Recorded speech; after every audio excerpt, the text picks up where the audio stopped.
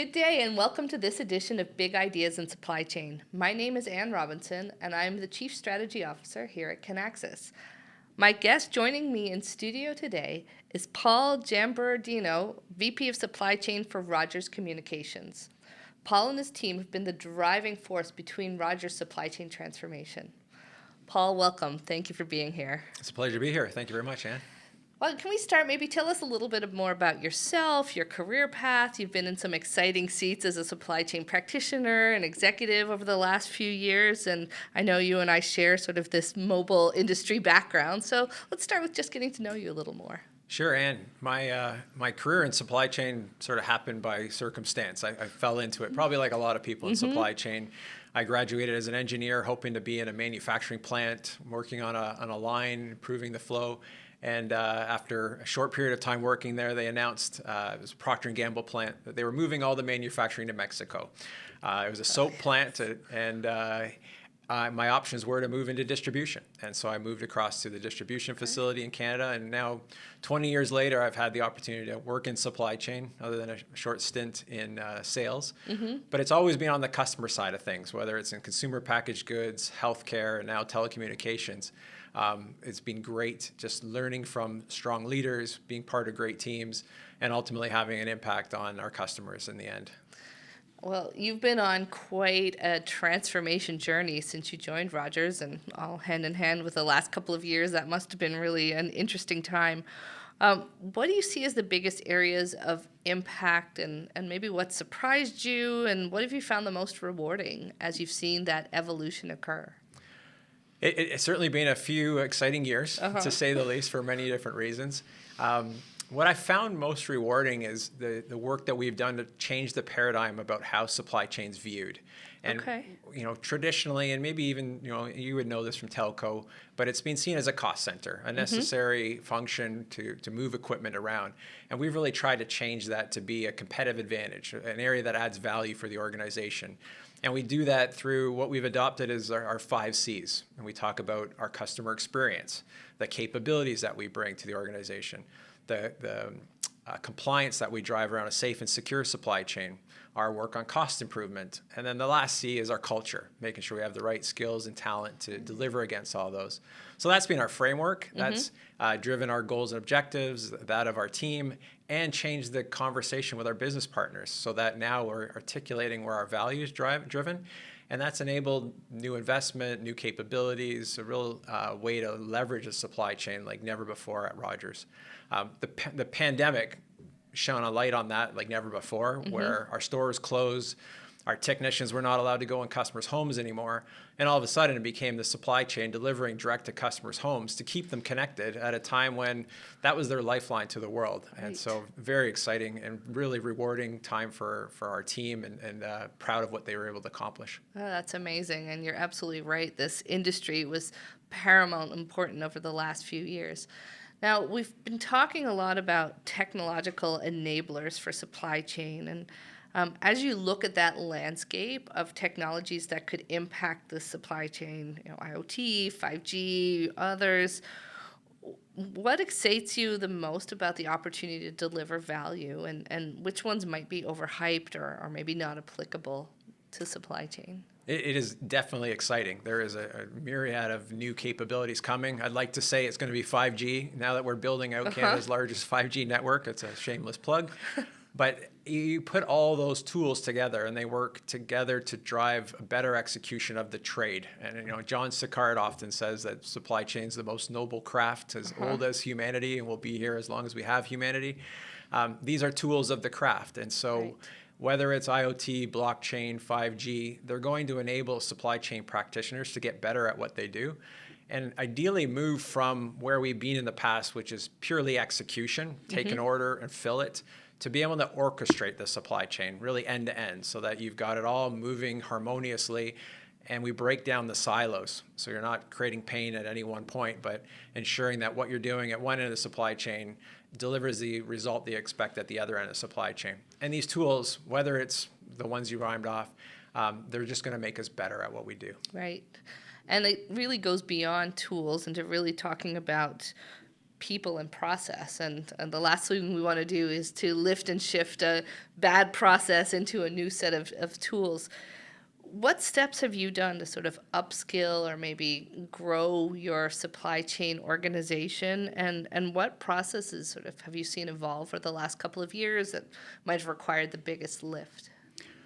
The biggest lift is the human element. It's the change management, building trust in the new tools. And so folks who are well ingrained in the way of working, it takes a leap of faith to adopt something new. And it's trust in whether it's the underlying data, it's the systems, but that the work they're doing in a new system is going to give them the outcomes that they're used to.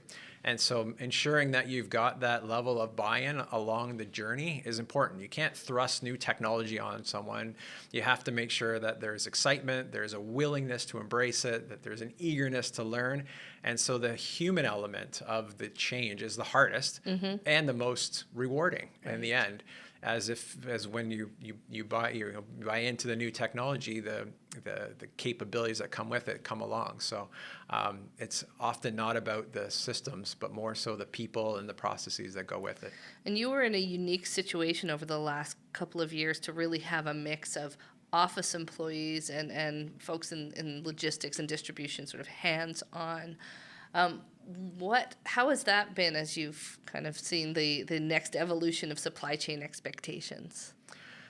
It's been challenging. And I say this candidly because we've gotten away from touching and feeling the supply chain like we used to. And as half of the organization went home and worked from home and the other half were in our distribution centers, keeping our orders moving, our equipment moving, we separated the organization in a way that we now need to bring it back together. I've often said you can't run a supply chain by staring at a computer. Right. And it's true. You have to be out on the floor, seeing the operations, and quite frankly, seeing it through the lens of the customer. Understanding whether that's an internal customer or it's the actual final end customer, consumer. What does that moment of truth look like when their package arrives, when their equipment shows up, when they want to install their own Rogers Ignite gateway in their home? Is it easy to do? And how does it arrive to them from the supply chain person who last touched it? And so being able to see that is important. And so having folks come back into doing DC tours and spending time out in the field is really important. And that's something that we lost for a few years there, like every industry, but it's important to bring that back. Yeah, it's amazing how many people don't realize, and I know you and I've chatted about this before, that it's the supply chain that has that last touch before the customer receives that good or service. And it's so important to get that right. It can be a make or break moment, quite frankly. Absolutely, absolutely. And the customer's expectations continue to increase. They want it in a timely fashion. They want it where they want it. They want it in a manner that makes sense. It's easy to use. They want to be able to return it easily if necessary. And so not only have the dynamics change where we ship much more to customers' homes now than ever before, but their expectations of how it arrives and how they handle it is gone up at the same time. Yeah, it's fascinating. I'm going off script a little bit here, but one of the things you mentioned early on was moving from sort of the operational supply chain, the necessary evil of the organization, to maybe having a greater, more strategic role in the organization. Have you seen that evolution, and what's the perception at the senior leader level at Rogers now of supply chain as a strategic differentiator? It's definitely improved. I'd like to say it's continuing to improve. The capabilities of the team are coming forward in a bigger way. The fact that we've been able to introduce new services like weekend deliveries right across the country. We're a 7-day-a-week operation. These weren't in place a few years ago, and our view always has been that the customers order 7 days a week. We should deliver to them 7 days a week. Very simple premise, but it took a lot of working with our partners, our delivery partners, our operations to put that into place. And so those are the competitive advantages that we see as a supply chain that we bring to our business. And where we've been able to articulate that, we've been able to drive more investment. And that's investment in either talent, in systems, in facilities, so that we continuously improve. And there's no doubt that having a operating supply chain is critical for any organization. in today's environment, particularly after what we've gone through. It's shined a real spotlight on supply chain, and certainly has been a fun time to be in the trade. Yeah, well, and as a customer, I thank you for all those investments. It's so important. All right, we have one last question that we ask every podcast guest, and hopefully you had a chance to think about it for a moment beforehand. If you were the chief supply chain officer of the world, what would be your first priority for transforming the world's supply chains? First, I would say transforming probably isn't the word I would use. I think supply chains around the world have been the subject of a lot of bad press. We need to fix the supply chains. They're broken, and you've seen that in the media. And my view is that it's not broken. It's sometimes it's doing perfectly what it's intended to do, given the bullwhip of supply and demand effects that we've seen. But I would say we need to continue to improve as opposed to transform, but continue to improve the supply chains around the world.